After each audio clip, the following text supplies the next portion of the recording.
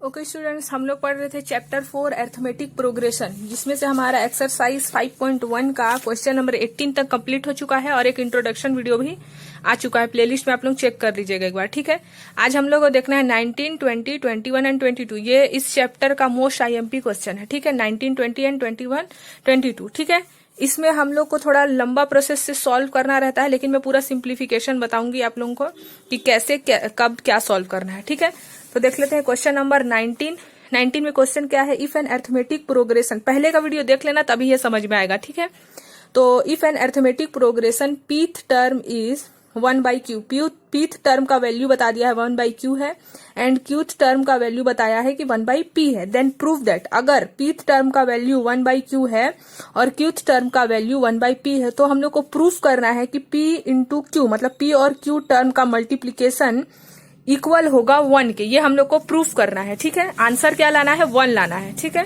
तो देखो, सबसे पहले हम लोग लिख लिया, क्वेश्चन में बोला है पीथ टर्म 1/q है और क्यूथ टर्म 1/p है।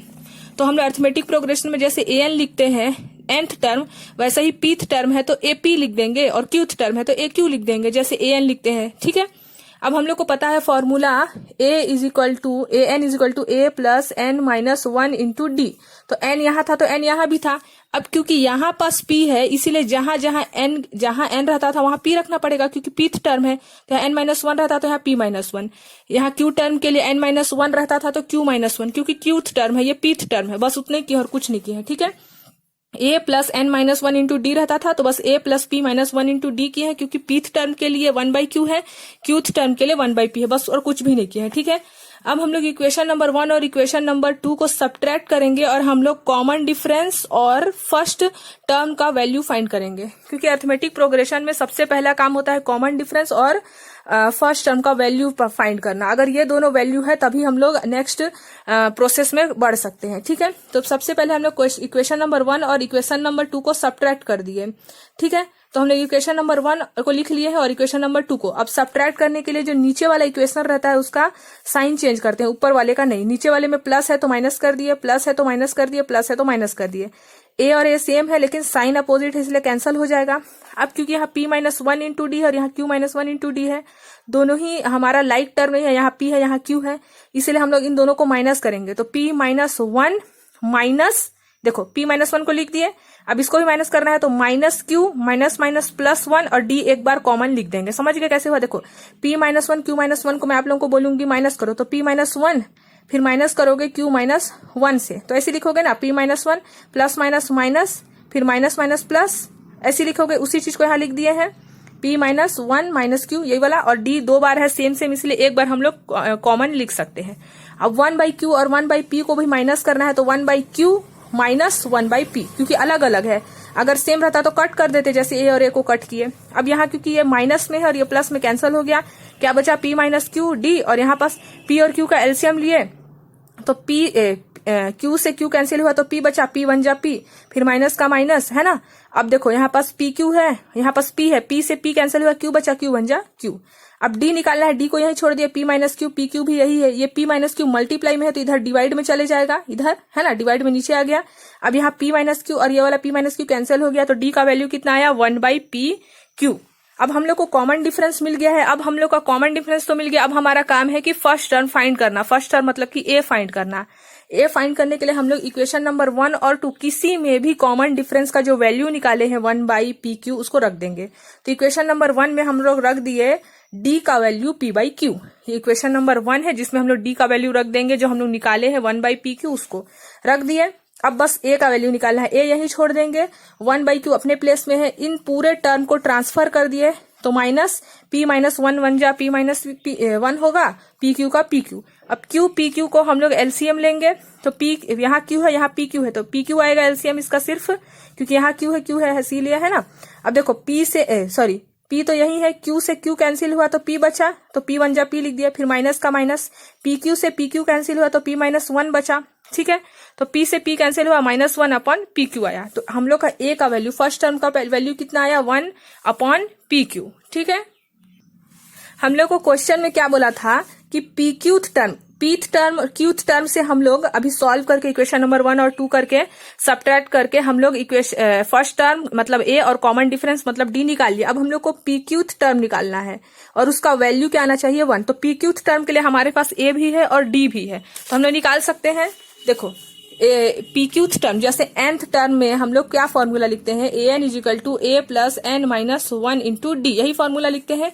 अब पी क्यूथ टर्म है तो जहां जहां n है वहां पी क्यू लिख देंगे, तो यहाँ n आता है n-1 तो पी क्यू लिख दिए। ए का वैल्यू हम लोग निकाल चुके हैं 1 अपॉन पी क्यू, यहाँ पास ए का वैल्यू निकाल चुके हैं 1 अपॉन पी क्यू और डी का वैल्यू भी निकाल चुके हैं 1 अपॉन पी क्यू। बस सब्सटीट्यूट कर दे रहे हैं हम लोग, बस, है ना।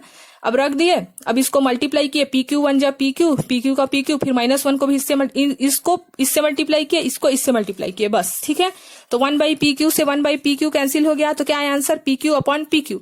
अब पी क्यू 1 जा पी क्यू करेंगे तो 1 आएगा ना, और हम लोग को यही प्रूफ करना था कि ए पी क्यूथ टर्म किसके इक्वल है, 1 के इक्वल है, तो प्रूफ हो गया, ठीक है। सबसे पहले हम लोग क्या किए, क्वेश्चन के हिसाब से हमारे पास एपी और एक्यू टर्म दिया था 1 बाई क्यू 1 बाई पी, तो एपीथ टर्म और एक्यूथ टर्म एन के जगह में पी रखे और ये वैल्यू दिया था। इक्वेशन नंबर 1 और 2 को सब्ट्रैक्ट किया तो हम लोग को डी मिल गया, कॉमन डिफरेंस मिल गया। डी मिलने के बाद हम लोग इक्वेशन नंबर 1 या 2 किसी में भी आप लोगों का मन, ठीक है, 1 में नहीं रखना चाहते हो तो 2 में भी रख सकते हो, किसी में भी हम लोग ए का वैल्यू रखे, ए का वैल्यू रखने से सॉरी डी का वैल्यू रखे तो हम लोग ए मिल गया फर्स्ट टर्म।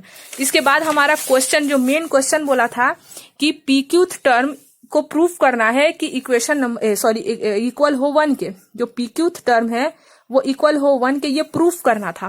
तो हम लोग लिख लिए फॉर्मूला, हम लोग को पता है n-1 रहता है, nth टर्म के लिए n-1 रहता है, तो पी क्यूथ टर्म के लिए पी क्यू -1 रहेगा, बस, है ना। अब ए का वैल्यू भी पता था, डी का वैल्यू भी पता था, सॉल्व कर दिया तो हमारा आंसर क्या आ गया, 1 आ गया, बस, ठीक है। बहुत इंपॉर्टेंट क्वेश्चन है ये, और ऐसा ही सेम आप लोगों का एग्जाम्पल भी है, ये वाला एग्जाम्पल नंबर आप लोगों का एग्जाम्पल नंबर है ये।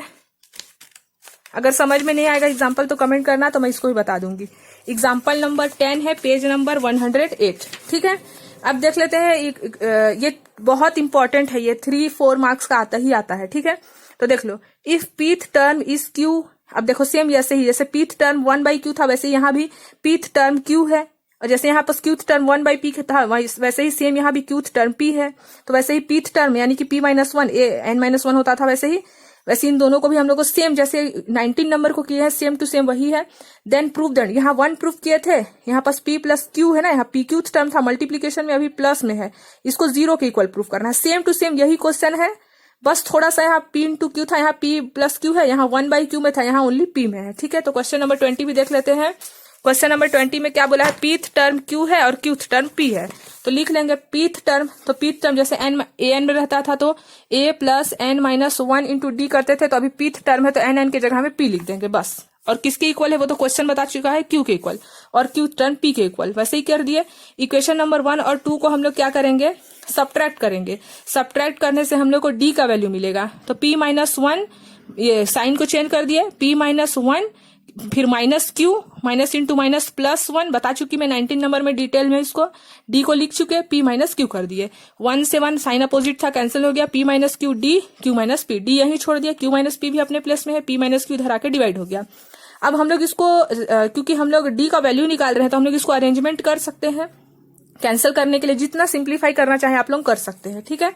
तो d यही है, देखो हम लोग इसलिए अरेंज कर रहे हैं क्योंकि नीचे में p माइनस क्यू है ना, नीचे में p माइनस क्यू तो ऊपर में भी QP है, तो p माइनस क्यू के अरेंजमेंट कर सकते हैं। इस माइनस p को आगे ले गए, साइन के साथ ही जाता है, इस माइनस p को आगे ले गए और यहाँ कुछ नहीं है तो प्लस है, प्लस q को पीछे ले आए, तो माइनस पी क्यू और यहाँ पास क्या है p माइनस क्यू है। हम लोग इन दो इसमें से साइन को कॉमन ले लिए, माइनस साइन को कॉमन ले लिए, तो p और अंदर में भी माइनस बचा, क्योंकि माइनस इंटू माइनस प्लस होता है, बैलेंस चल रहा है, ऐसे इसलिए कर रहे हैं ताकि p माइनस क्यू कैंसिल हो जाए और यहाँ पास क्या बचे -1, कॉमन डिफरेंस क्या आ जाए d, ठीक है। देखो q माइनस पी यहाँ आया, p माइनस क्यू यहाँ आया, हम लोग इसको अरेंजमेंट बस किए हैं p माइनस क्यू में ताकि कैंसिल करने बने, तो माइनस p आगे चले गया, प्लस q पीछे आ गया, बस कुछ भी नहीं किए हैं।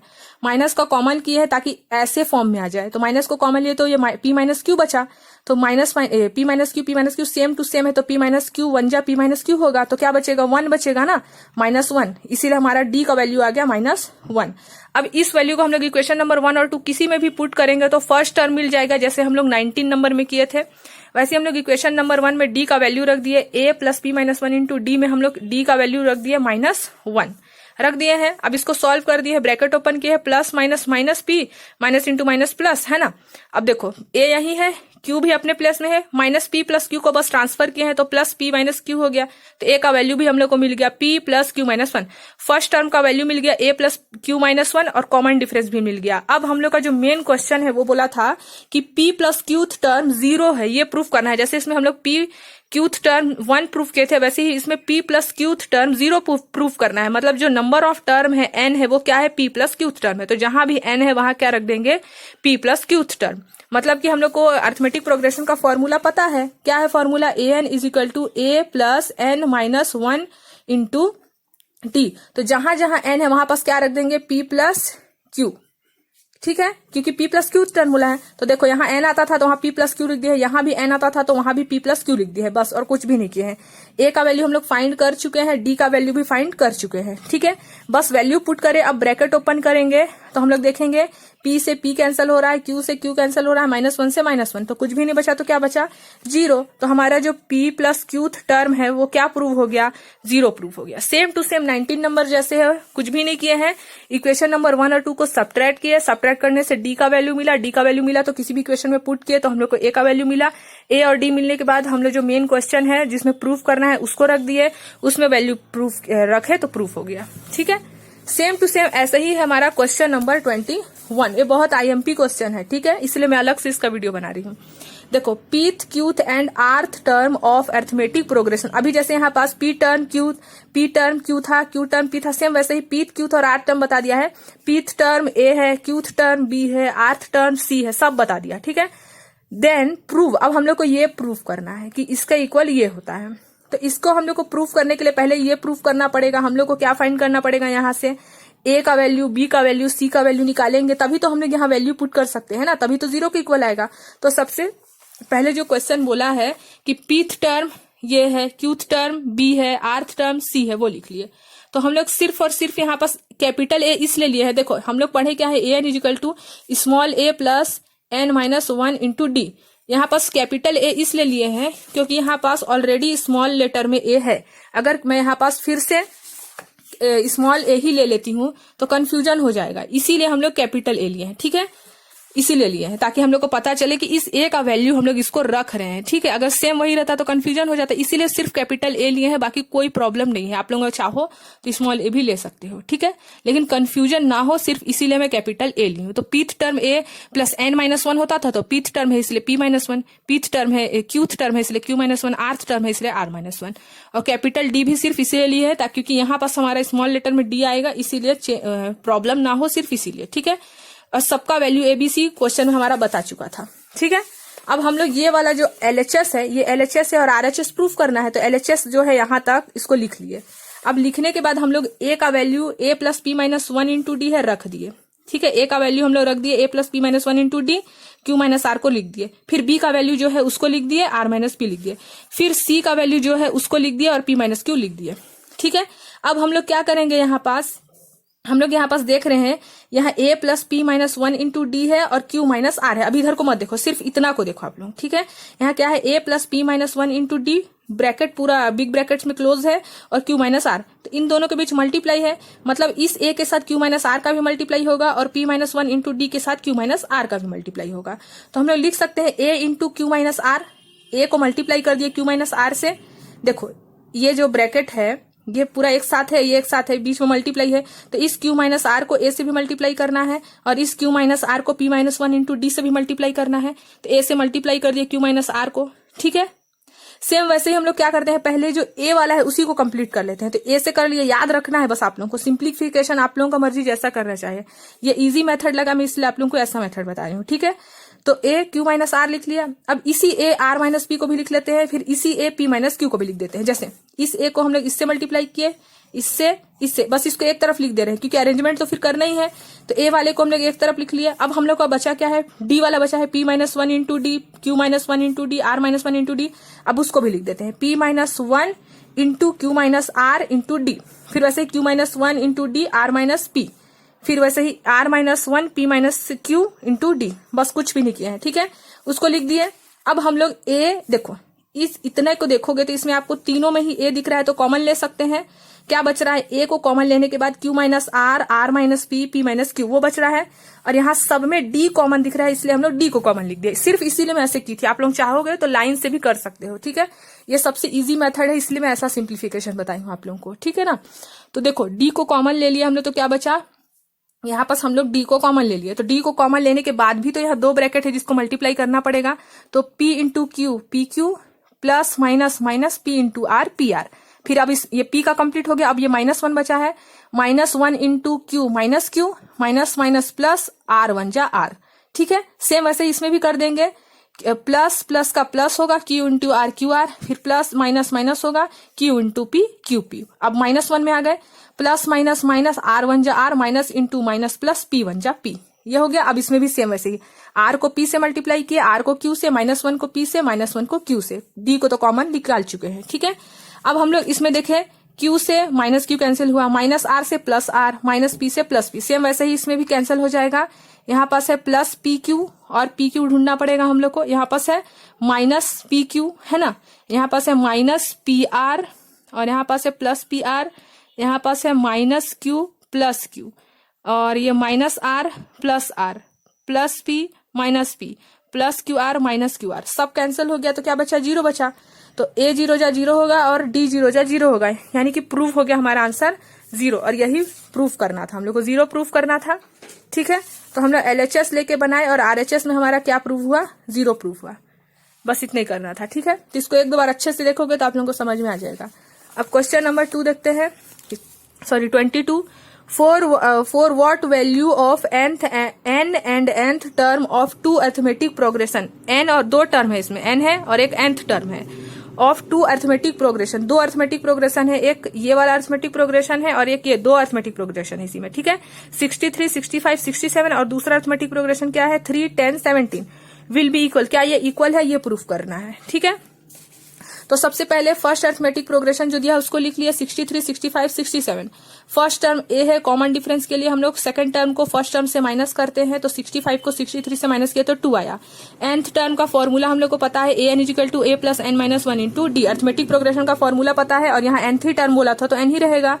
ए का वैल्यू, डी का वैल्यू सब पता है, रख दिए। तो हम लोग को यहाँ पास क्या मिला, 63 में से 2 माइनस किए तो 2n, यानी कि an का वैल्यू हम लोग को क्या मिला, 61 प्लस 2n। अब सेकंड एपी जो दिया है हमारा 3, 10, 17, उसको भी लिख लेंगे, यहाँ पास वैल्यू रख दिए। फर्स्ट टर्म 3, सेकंड टर्म मतलब कॉमन डिफरेंस 10 में से 3 माइनस किए 7 आया, तो 7n माइनस 4। तो हमने an और an दोनों निकाल लिए हैं।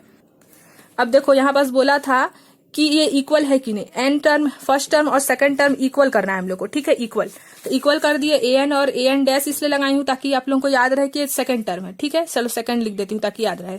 तो an फर्स्ट टर्म का जो हम लोग फर्स्ट का निकाले थे 61 प्लस 2n, और सेकंड वाले का 7n माइनस 4, उसको हम लोग यहाँ पास रख दिए है। इसका निकाले थे 2n प्लस 61 और इसका निकाले थे 7n माइनस 4। यहाँ से हम लोग n का वैल्यू निकाल सकते हैं।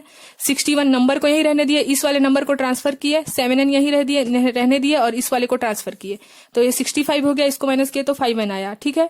n यही है, ये मल्टीप्लाई में था, इधर डिवाइड हो गया, डिवाइड करेंगे तो 13 आएगा, यानी कि n का वैल्यू कितना आया, 13 आया। तो हम लोग का क्वेश्चन नंबर 20 भी कंप्लीट हो गया है, ठीक है। अब नेक्स्ट वीडियो में हम लोग देखेंगे एक्सरसाइज 2। तो ये वाला बहुत इंपॉर्टेंट क्वेश्चन है, क्वेश्चन नंबर 19, 20, 21 एंड 22। और सेम ऐसे ही आप लोगों का एग्जाम्पल नंबर 10 भी है, इसको भी बनाना है, एग्जाम्पल को भी नहीं छोड़ना है, ठीक है। तो यहाँ तक कंप्लीट कर लीजिएगा आप लोग।